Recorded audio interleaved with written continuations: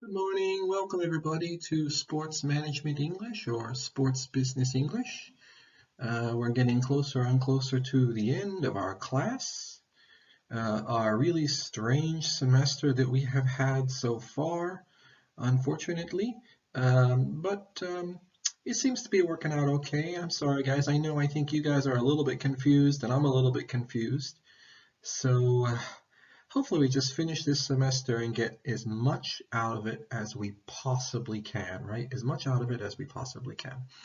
So, um, right. So what to do? Well, we were supposed to have a Zoom class last week, but I made some mistakes and I said that it was going to be May 14th, so that will be this week instead. A few of you did come, and I made a note of that. A few of you sent me a message about that, and I was very, very happy to hear that. So we will be having Zoom class this week. This week, May 14th. Please come if you can. Please come if you can. So today's agenda, we're going to go over the midterm. I think everybody's finished with the midterm. Again, we had a lot of problems with people being able to take the midterm, people registering for the wrong classes, but I think it's been completely fixed. Okay. Then we're going to do a little bit of grammar discussion today, related to the present perfect tense. It's a different tense of English.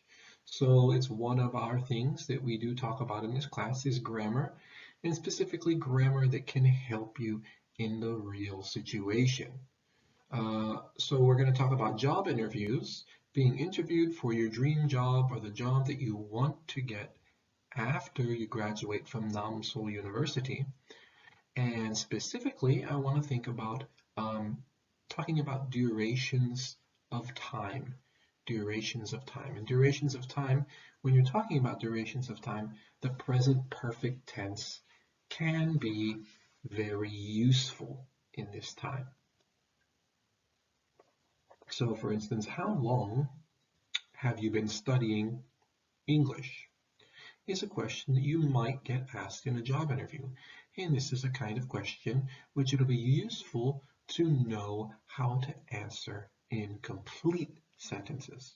Most of you can answer in a short answer, but I want you to be able to answer in a complete sentence, okay? So getting a little bit above just basic communication, right? A little bit above basic communication.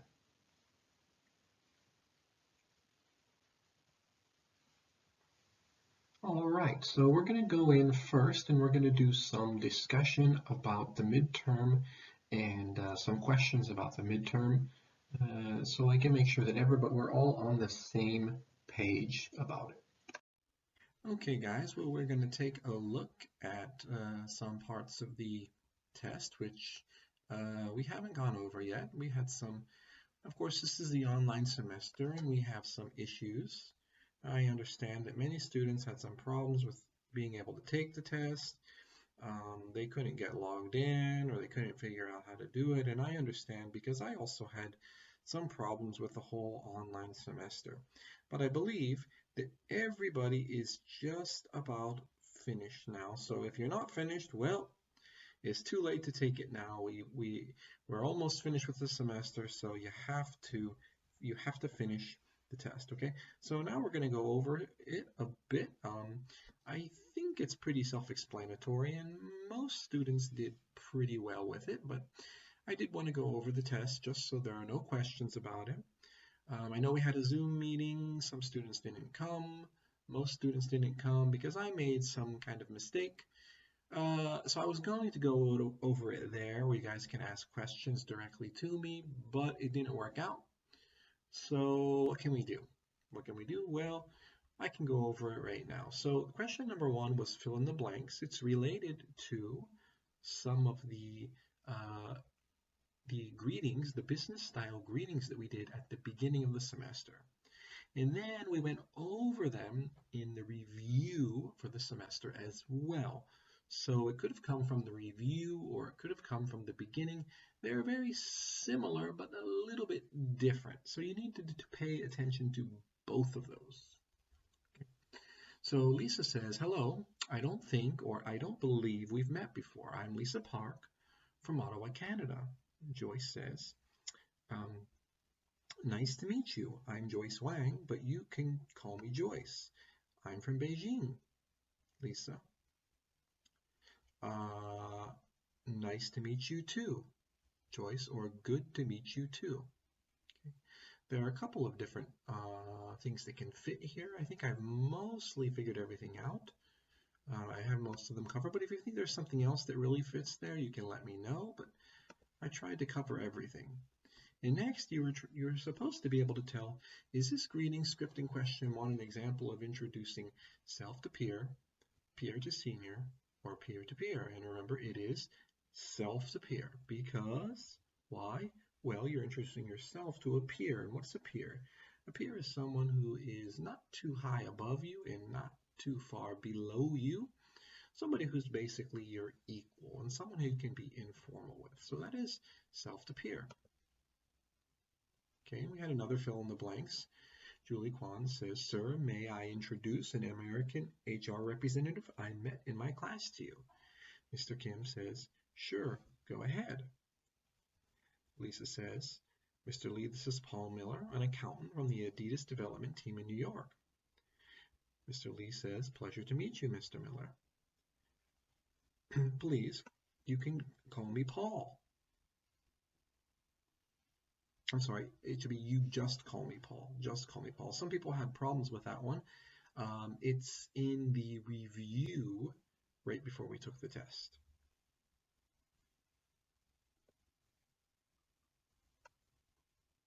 Okay, and the multiple choice is what kind of business greeting is this? Of course, she's introducing him to Mr. Kim. That's a clue. She calls him Mr. Kim, so it's a clue that Mr. Kim is her senior. So she's introducing someone who's about her level to her senior, like to her boss or somebody who is above her. So it's peer to senior.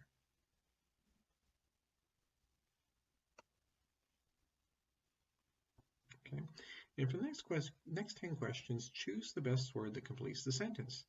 After class, my friends and I went to the stadium to play hockey. Remember, hockey uses a kind of ball. It's actually called a puck, so we say play.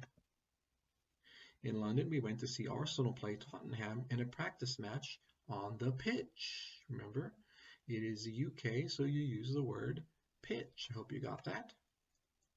I like to go out on Saturday night and have a good game of bowling at the alley. Yes, bowling jang in English is bowling alley. Bowling alley.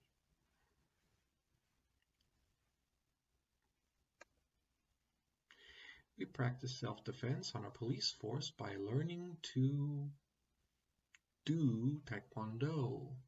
Remember, martial arts are things that we do. If it's cold this winter, we can go ice skating on the Han River. Okay, next one says, choose all the cultures that are examples of collectivist cultures that have collective ideas. Remember, Thailand, Korea, and Japan are different countries that have collectivist cultures that we say are we cultures. And choose all the characteristics of individualistic cultures.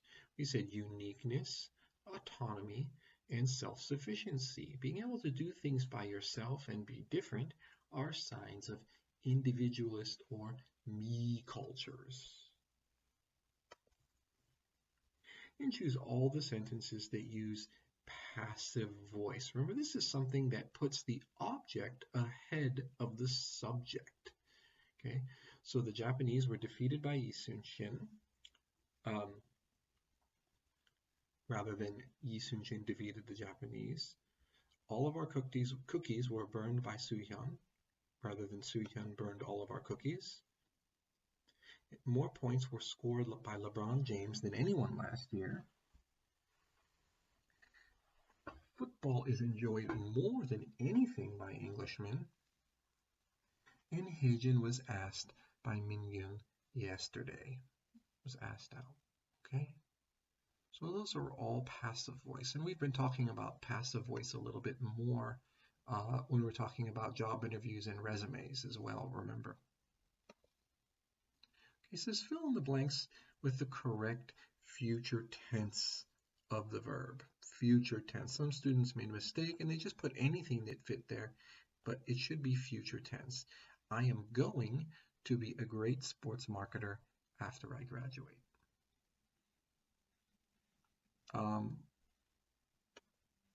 Next, the Lakers are going to, are gonna, or will win the NBA Finals next year.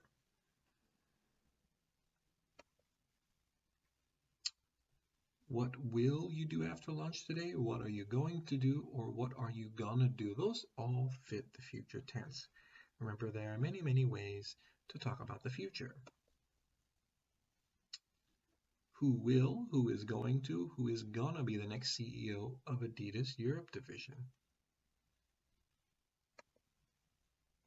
When will you get married to your boyfriend?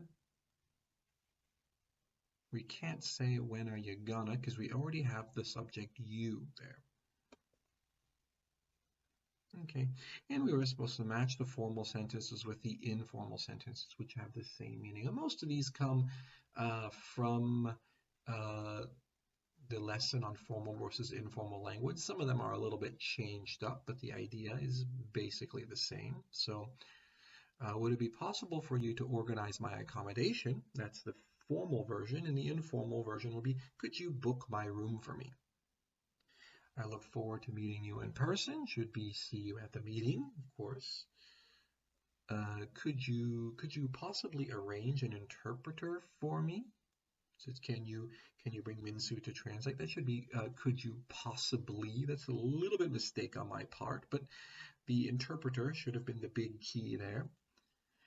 Thank you for your email received yesterday. It says thanks for your message earlier is the informal one. Best regards is formal. It's a formal way to end an email or a letter.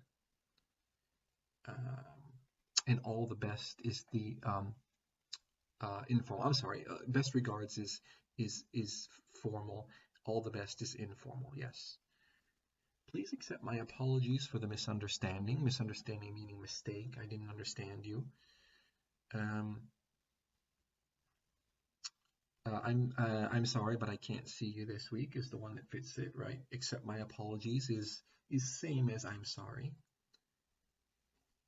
I would be grateful if you could send me a copy of the bill. Can you give me a copy of the bill? It's a pleasure to meet you versus good meeting you. Have a good night is, well, bye. And may I please speak with Mr. Kim? And is Mr. Kim here? And if you got all of those right, you got 10 points. I think not too hard, despite some mistakes there, not too hard. And most of you got most of those right.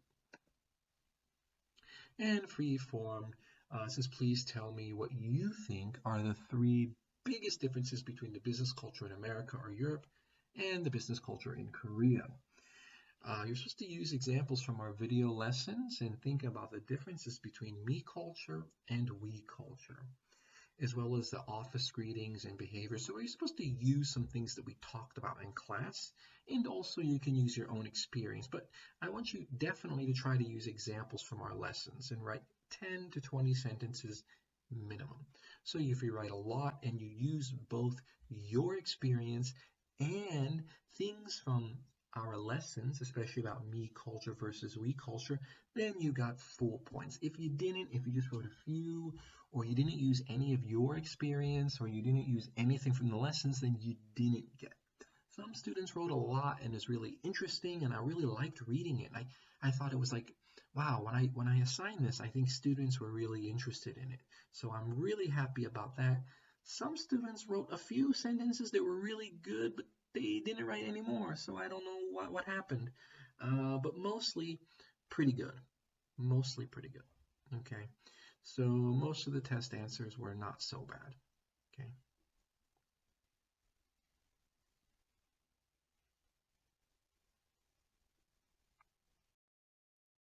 Okay, and then let's take a minute and we're going to talk about the present perfect tense. We're going to talk about the present perfect tense. And how it works and what are its uses. We've talked about the present continuous before in the simple past, so I think this is like your basic introduction to English conversational grammar that you guys are getting.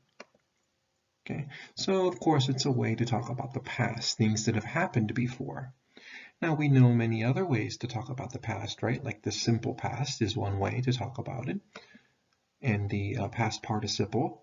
But it also talks about the present, and it implies the future. It implies something that you may have done up until now. And it talks about what you may do in the future as well. So it's called the present perfect tense. It totally covers everything, right? That's why we say it's perfect. And it's very useful for job interviews because many people want to talk about, many bosses and interviewers want to talk about things that you have done in the past and things that you have done up until now in the past as well. So that's why this can be very useful for job interviews. It can be useful for your resume, for your cover letter, or for generally talking about your experience at any time. So we're going to go over some rules that we need to talk about when we are talking about the present perfect. And it's going to tell you how to use it and when you're going to use it. So rule one, if we're talking about an event, something that happened in the past, and we don't give an exact time, like yesterday or 2 days ago or last week, we can use the present perfect tense. The exact time is not important when we're talking about the present perfect tense. You remember the past continuous and so on. It could be important to say yesterday or 2 days ago or last week to give these kind of words to frame the time when something has taken place, but it's not necessary. And that's one way that you can tell when someone is using the present perfect tense. Okay.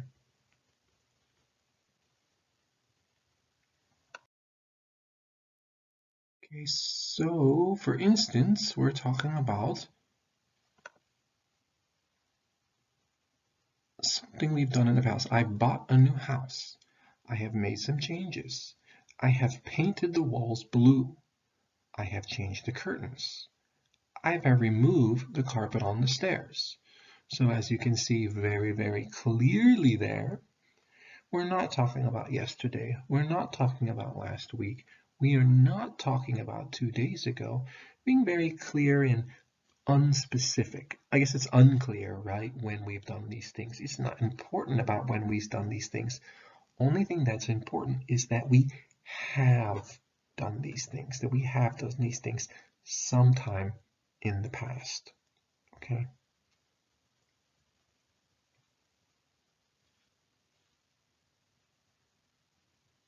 As you can see, the changes there, right? That's the old house, and this is the new house.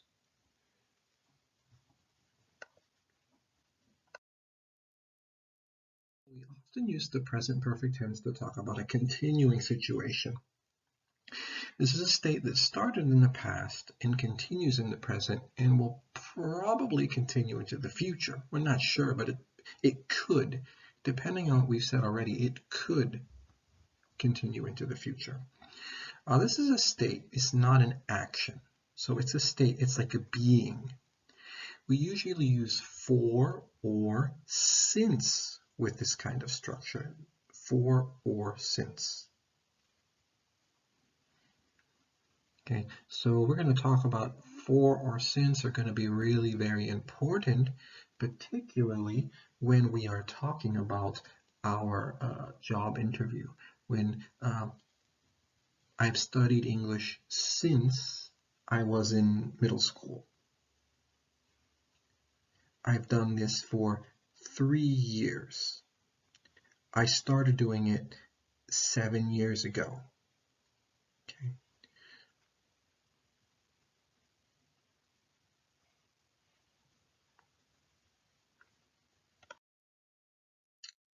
Okay, let's take a look here, our little battleship animation here. David hasn't been at sea since July. he hasn't seen his family for 5 months.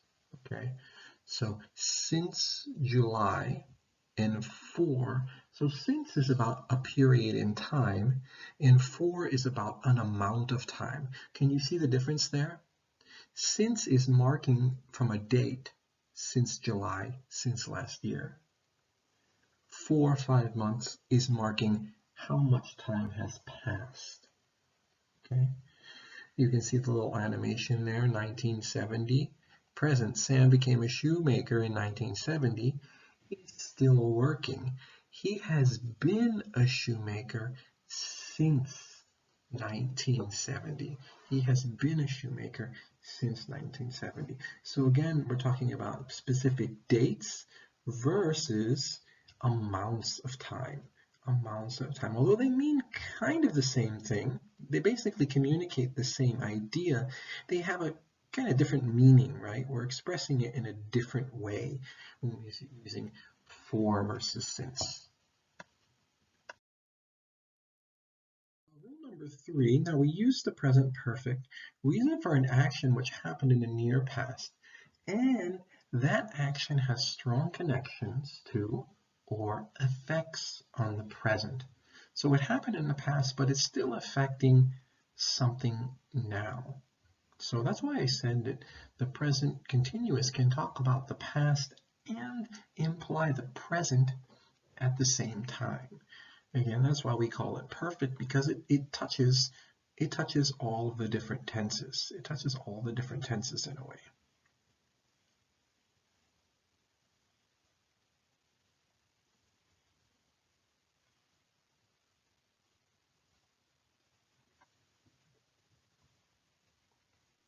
Okay, so that's 3 rules already. So I have broken my arm. It still hurts. Okay, so you can see about breaking your arm in the past affects how you feel now. You walked in the rain yesterday and look, you've got a cold. You look very bad. Again, walking in the rain was something that happened yesterday, and you've got a cold and you look very bad is something that's happening now. Again, 2 different things affected by the past. 2 different things that are affected by the past. So you can think about how you can use this in a job situation when you're talking about your past. Think about that. How could you use it? Well, when you're talking about your work experience, right? So I studied marketing. I studied marketing since 2018, and now I understand business marketing better. Okay.